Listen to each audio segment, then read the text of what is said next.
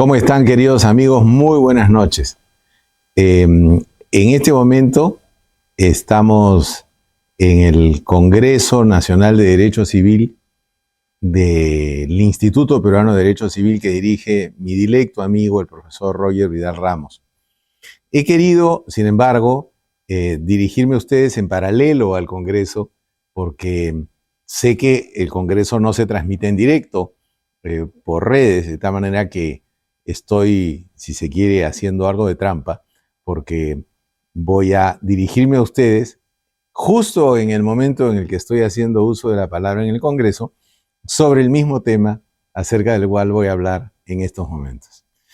Cuando Roger me invitó a participar en este Congreso por los 40 años del Código Civil peruano, realmente me dio mucho gusto. No porque me invite, porque en realidad siempre tiene la gentileza de invitarme todos los años. Y acepto todos los años, solo que en los últimos he tenido algunos problemas que me han impedido asistir a los diversos eventos que él ha organizado y los organiza también.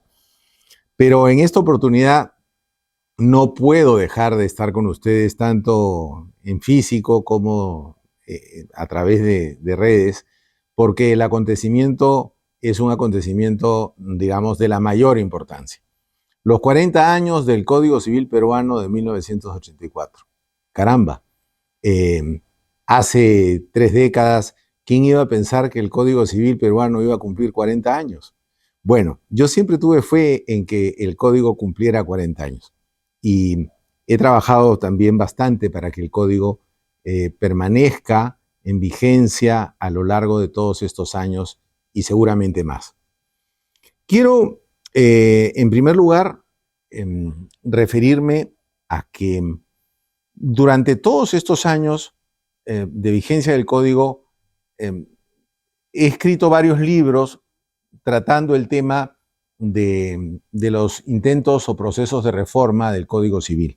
En 1998 publiqué en junio de ese año Tentaciones Académicas, la reforma del Código Civil peruano, en el que jugaba a las tentaciones académicas vencidas y a las tentaciones académicas que me vencieron. Es decir, de aquellas que podían, digamos, prosperar como artículos reformados y aquellos que evidentemente, aquellas ideas que evidentemente no debían prosperar. Luego, en el año 2005, publiqué ante un proyecto de reforma que hubo en esa fecha, un libro que se titulaba Ni urgente ni necesario, de la mano con Verónica Rosas Verastain, ¿no? Ni urgente ni necesario, más bien defectuoso. Comentarios muy críticos al anteproyecto de reforma del Código Civil de 1984. Y luego, también con Verónica, ¿por qué no se debe reformar el Código Civil? Y luego, digamos, a poco tiempo, con Rita Sabroso, que en paz descanse, la teoría de los actos propios, ¿no? Porque había la idea de introducir en el Código Civil, dentro del título preliminar, incluso la teoría de los actos propios, lo que me parece una barbaridad. Esa teoría de los actos propios que pareciera ser la divina pomada, ¿no? La solución a todos los problemas, cuando en realidad vale poco o nada. Fíjense ustedes, queridos amigos, todos los procesos de reforma que se iniciaron desde 1992, porque fíjense, la historia comienza en 1989, ¿no? En 1989, cuando el Código cumple 5 años, ante la iniciativa de los profesores Max Arias Schreiber Peset y Carlos Fernández Cesarego, amigos míos y personas por las cuales tengo el más grato recuerdo y afecto hasta el último día de mi vida, ellos propiciaron que de manera informal se pudiese trabajar la idea de adecuar algunos artículos que a juicio de ellos eran normas defectuosas del código. Entonces, para ponerlo al día, pensaban en unas 50, 60 normas. Esto dio lugar a que en el año 1992 se formaran comisiones extraoficiales de reforma. Y en el año 1994 se formó la primera comisión oficial de reforma. En realidad, siempre me pareció eso un despropósito, ¿no? Porque era qué manera de homenajear al Código Civil era constituyendo una comisión para que lo reformara totalmente. No tenía ningún sentido, queridos amigos. Y luego ha habido otras comisiones de reforma, ¿no? Todas las cuales no han dado ningún resultado que haya prosperado como reforma legislativa general del Código. ¿Qué es lo que pasa? Y este es un punto muy importante sobre el cual creo que no se repara.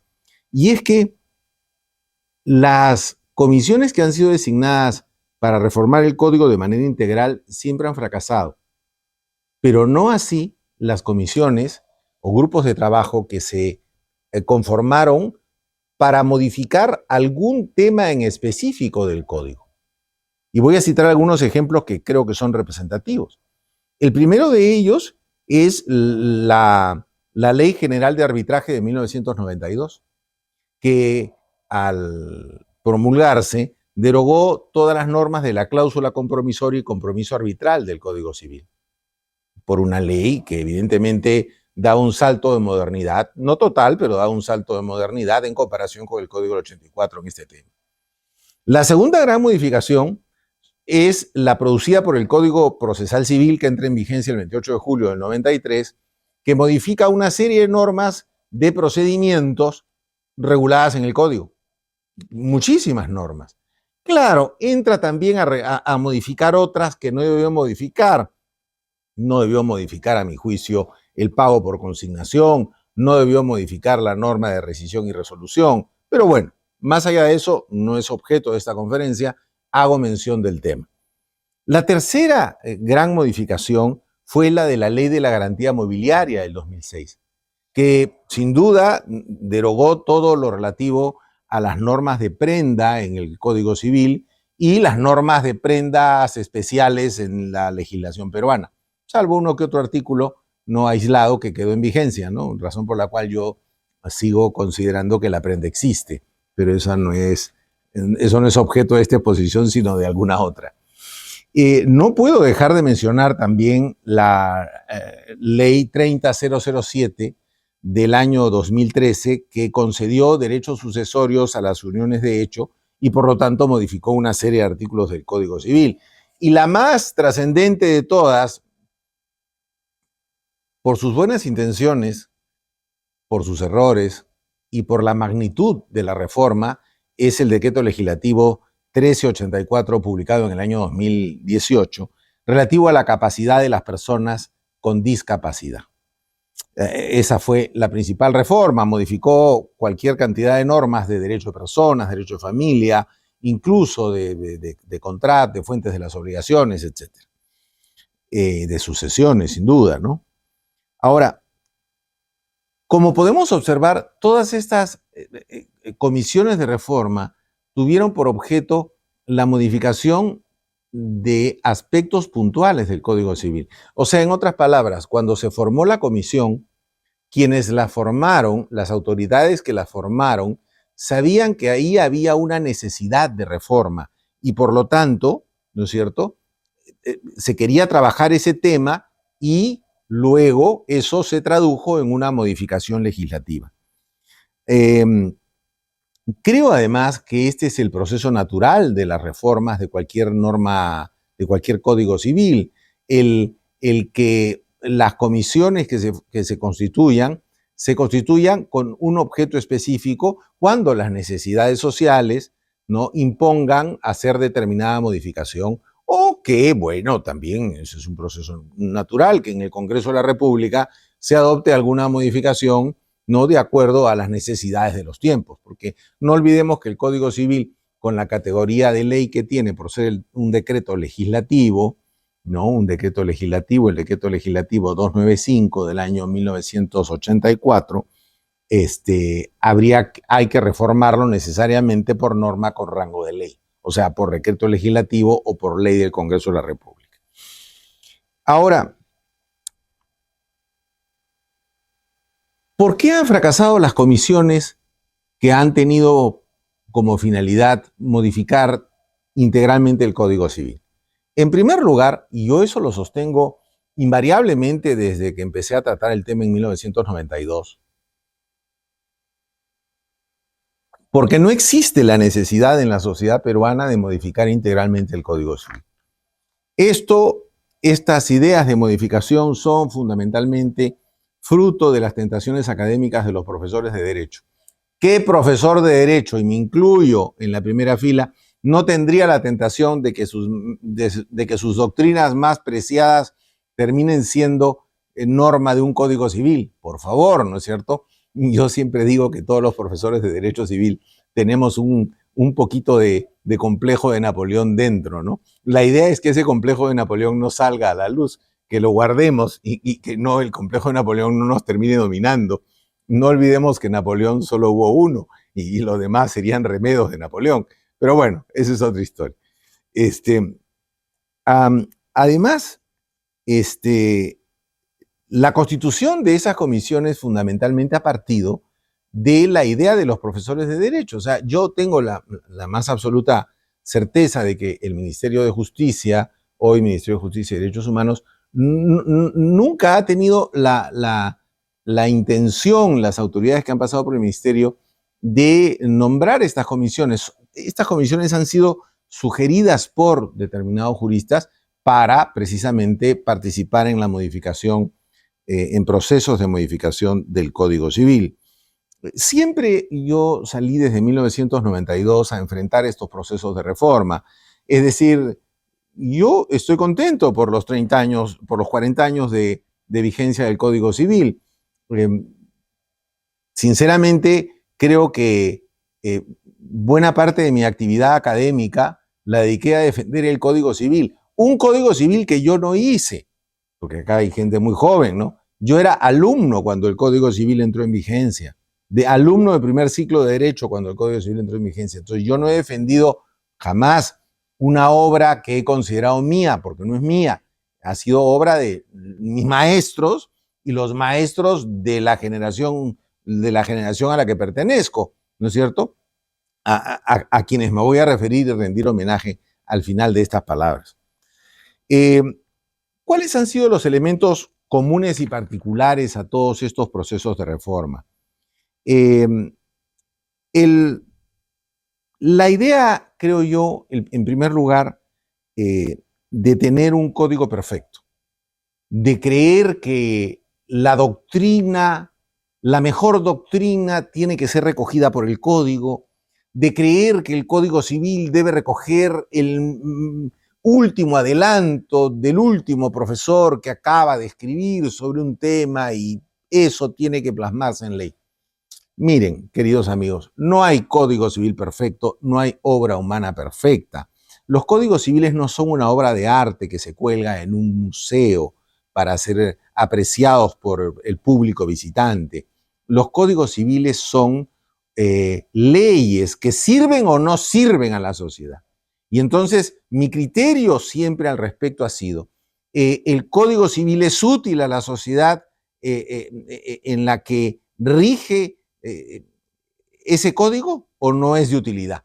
¿Entorpece el desarrollo de la sociedad o no? Y si el código facilita el comercio, facilita la vida de la gente, etcétera, no nos tiene por qué preocupar que ese código no recoja la última doctrina, porque el código no es un libro de doctrina, el código es un esqueleto jurídico, el armazón jurídico, la ley no es un libro de doctrina, no está compitiendo para ser la última doctrina, nunca podría serlo. Y la misma crítica le podríamos hacer a cualquier código del mundo, a cualquiera de los más pintados, ¿no es cierto? Al Código Civil italiano, al Código Civil francés con las reformas que tiene, al Código Civil español, al Código Civil argentino, por citar los más, digamos, influyentes dentro de nuestra tradición jurídica. Incluyo también, obviamente, al Código Civil alemán de 1900 con todas sus reformas.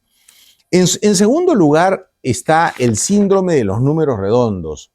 Cada vez que se cumple un número que termine en 5 o un número que termine en 0, 10, 15, 20, 25, 30, 35, 40, nos surgen los pruritos de reforma. ¿No? Vamos a reformar el Código Civil porque ya tiene, lo primero que escuché yo cuando acababa de terminar la carrera era vamos a reformar el Código Civil porque ya tiene 5 años, en 1989. Y cuando tiene 10 se formó la comisión oficial y todo lo demás ya, digamos, he hecho referencia a ello. Bueno, va a cumplir 40. Va a cumplir 40 y debe ser un tinte de orgullo para el medio jurídico nacional que una ley en el Perú y de la importancia del Código Civil cumpla 40 años, a lo que me voy a referir después.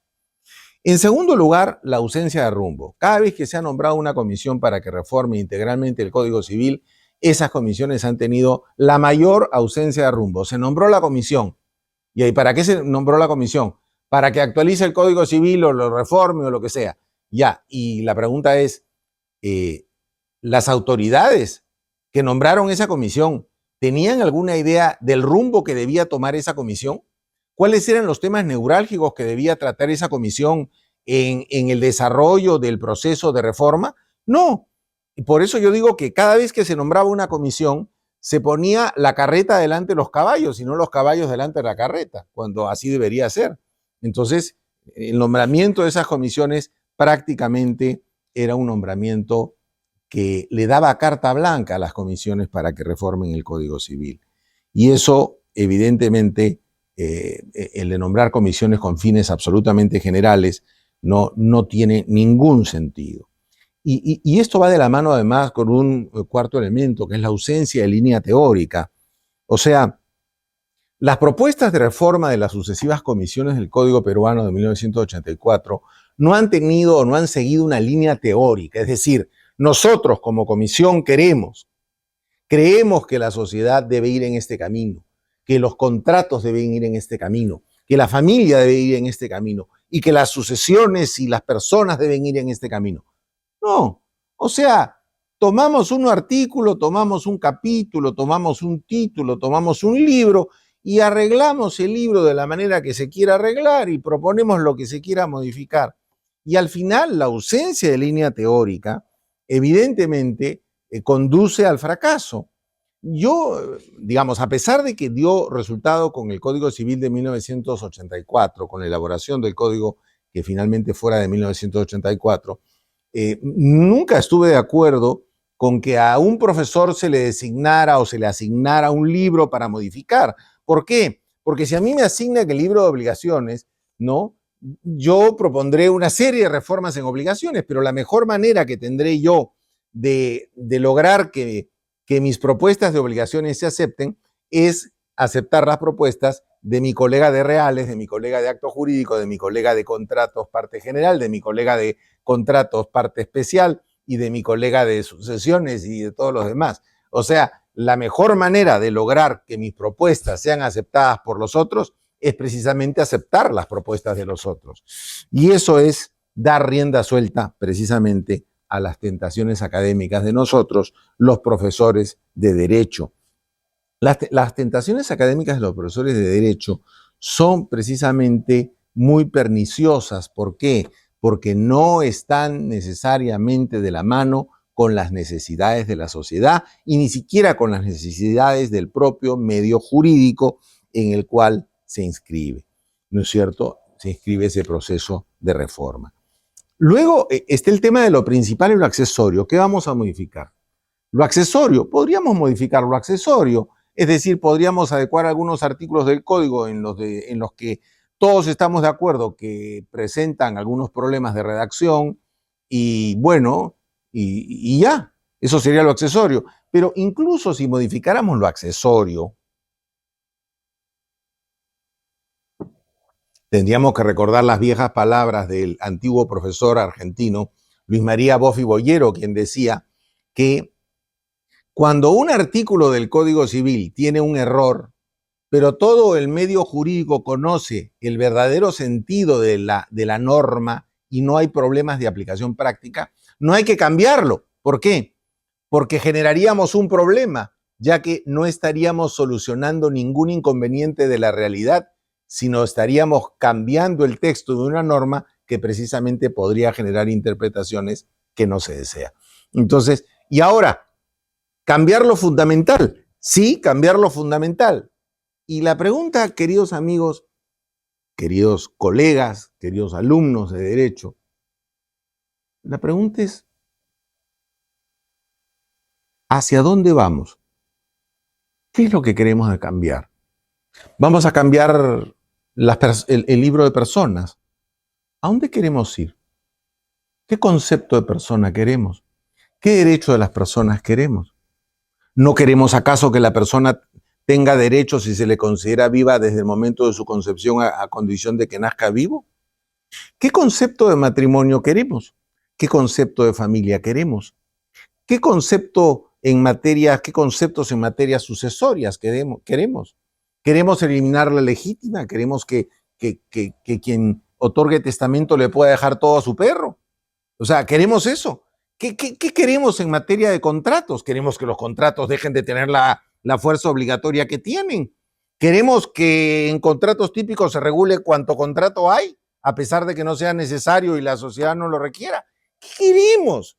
O sea, cuando alguien me habla de la reforma del Código Civil integral, lo primero que tendría que decirle es, ¿en el Perú acaso hay un consenso para reformar el Código Civil en algún determinado sentido, en alguno de sus libros, en alguno de sus aspectos? Y la respuesta muy sencilla, queridos amigos, es no existe ese consenso.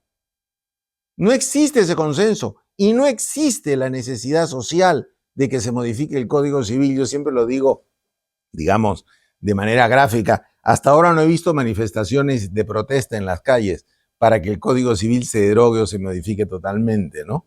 O sea, hay cosas más importantes en el Perú que eso, ¿no? O sea, la gente de verdad, la gente que está regida por el Código Civil, los abogados que ejercen la profesión, no hacen este tipo de manifestaciones, ¿no? ¿Por qué? Porque no es necesario, porque no es necesaria esa reforma. Luego, además, siempre me ha llamado la atención la ausencia de pluralidad en las comisiones de reforma. La primera ausencia de pluralidad está en nunca llamar a la comisión de reforma a las personas que son reticentes a la reforma. ¿Por qué? Porque lo primero que debería discutirse en las comisiones es, bueno, en realidad, ¿hay que reformar o no hay que reformar? Y si hay que reformar, ¿cuáles son los alcances que debe tener esa reforma? Esa primera reflexión necesarísima y previa que debe anteceder a todo proceso de reforma es una labor que tendría que hacerse siempre y cuando se convocara a estas comisiones a personas que no están convencidas de una reforma integral para lograr una reforma equilibrada, porque claro, si las comisiones están integradas solo por personas que quieren una reforma integral del Código Civil, entonces la primera sesión empezará con, bueno, vamos a modificar todo lo que queramos modificar. Y eso no es así. En segundo lugar, creo yo que hay un grave defecto en la conformación de las comisiones. Las comisiones deberían incluir, más allá de profesores de derecho que ejerzan o no la profesión, debería incluir a abogados en ejercicio que no sean profesores de derecho. ¿Por qué? Porque los abogados en ejercicio serían precisamente el contrapeso de aquello que la sociedad, el medio jurídico práctico, o sea, la calle, quiere o no quiere que se modifique. Y eso no se hace, queridos amigos. Eso no se hace y no se ha hecho jamás. Y naturalmente, yo siempre abogaré porque esa pluralidad también incluya, ¿no es cierto?, a personas de distintas universidades, siempre naturalmente resguardando, cuidando la excelencia académica de ellos, ¿no? Luego está el tema de los asesores, ¿no? En cuanto proceso de reforma se ha intentado del Código de 1984, han abundado los asesores. Se han nombrado un montón de asesores, decenas de asesores. Yo me acuerdo que la primera comisión me nombró como uno de sus asesores y yo al día siguiente envié una carta a la comisión, negando, no aceptando mi condición de asesor. Yo no quería ser asesor porque yo no creía en la reforma y no creo en la reforma. Y es más, la envié al peruano, al diario El Peruano, en la época de Fujimori y no salía mi carta. Y entonces, un amigo que trabajaba con el gobierno, le pedí que averiguara, ¿no?, qué había pasado con mi carta, y lo que me contestó fue, tenemos indicaciones expresas de que no salga nada en contra del proceso de reforma. Por eso no vamos a publicar la carta de Castillo. Ah, bueno, bacán. Digamos, estoy acostumbrado a luchar estas luchas, a pelear estas luchas digamos, en solitario, porque sé que no estoy solo, sé que me acompaña el grueso del medio jurídico. Digamos, lo que pasa es que, digamos, en el Perú, que es el país de ni chicha ni limonada, estamos acostumbrados a aceptarlo todo. Ah, sí, claro, sí, si se quiere reformar, entonces habrá que reformarlo. No. Y otra cosa más con los asesores. Yo creo que el nombramiento excesivo de asesores, eh, más allá de si se les consulta o no, compromete a los asesores, porque en realidad los asesores van a tener que asumir, como decía un viejo ministro de Economía en la época del gobierno militar de Morales Bermúdez, van a tener que asumir el activo y el pasivo de la reforma. O sea, yo no voy a poder decir como asesor, no, y es que a mí solo me consultaron por un artículo. Ah, ya, pero gozas de la condición de asesor. Así que, como gozas de la condición de asesor, ya sabes cuáles son las consecuencias.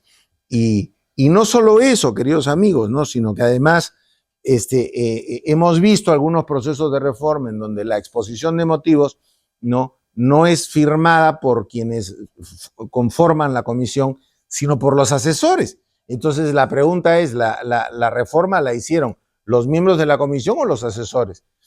Y además esas exposiciones de motivos en donde no se dice nada, sino simplemente se repite lo que dice el artículo propuesto, en realidad no son exposiciones de motivos, son simplemente una repetición de lo inútil, queridos amigos.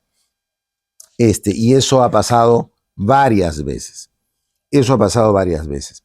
Además, las comisiones de reforma deberían tener un trabajo coordinado con la sociedad. Yo siempre cito como ejemplo la Comisión Reformadora del Código Civil de 1852, que fue la comisión que dio lugar al Código de 1936.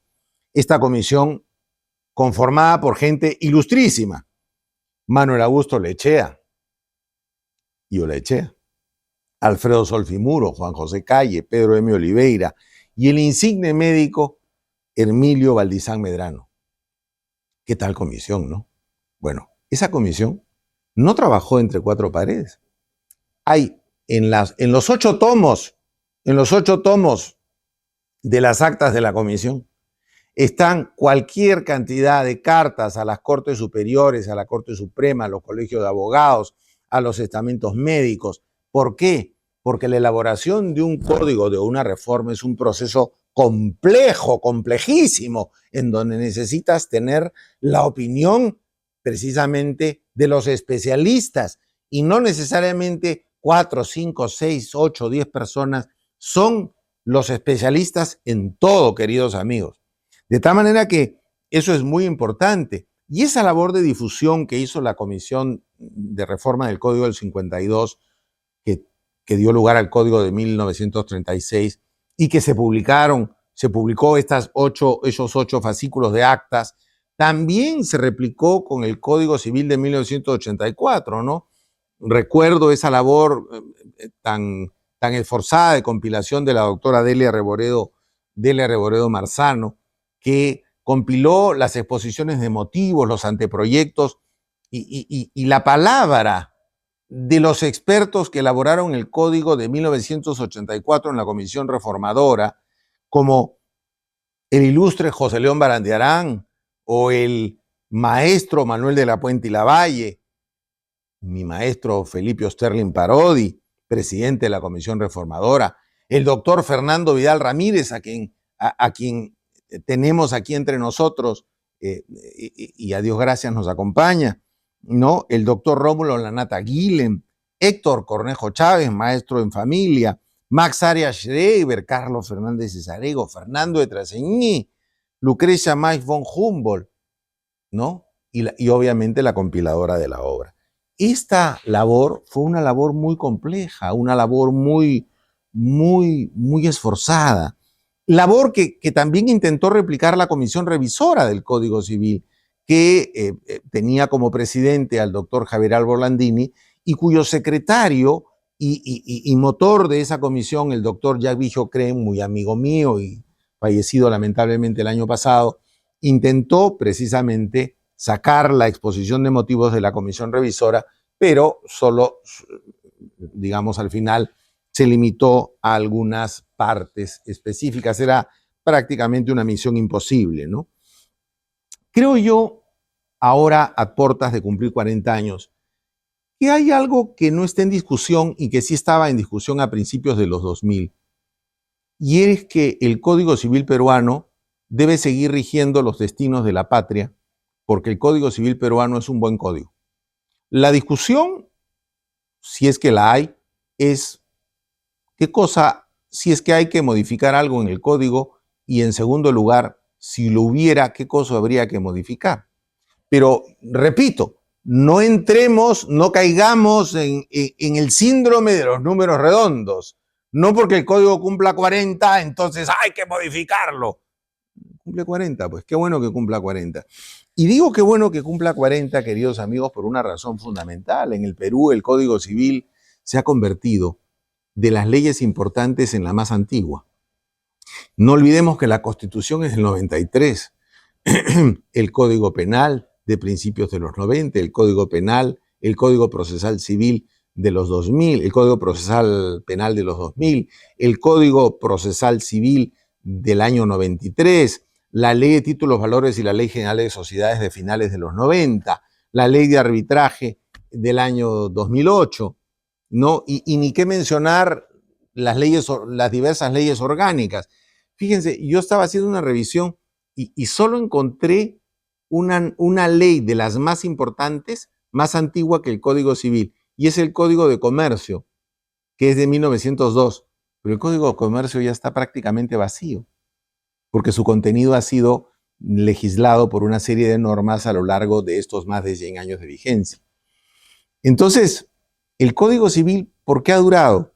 Yo creo que ha durado por el esfuerzo del medio jurídico para que dure, por esa madurez que ha demostrado el medio jurídico nacional, que no está conformado solo por nosotros, los profesores de Derecho, sino está conformado por quienes ejercen todos los días la profesión y saben perfectamente que este código es un buen código. Quiero, en estas palabras finales, rendir mi más sentido homenaje a quienes elaboraron el Código Civil de 1984. Es una obra que ha perdurado en el tiempo. Es una obra que viene durando 40 años en el Perú, y en el Perú las leyes no duran 40 años, porque, como decía Fernando de Traseñín, una frase que yo he hecho mía, en el Perú cambiar los códigos a cada rato no es imaginación creadora, sino pereza interpretativa.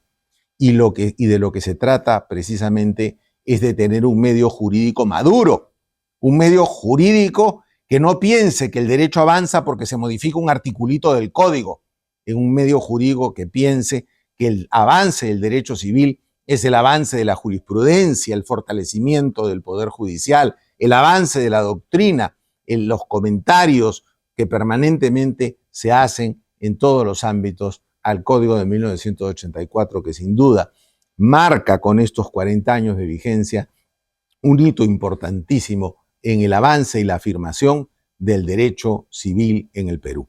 Muchísimas gracias, queridos amigos. Les envío un gran abrazo y todo mi afecto.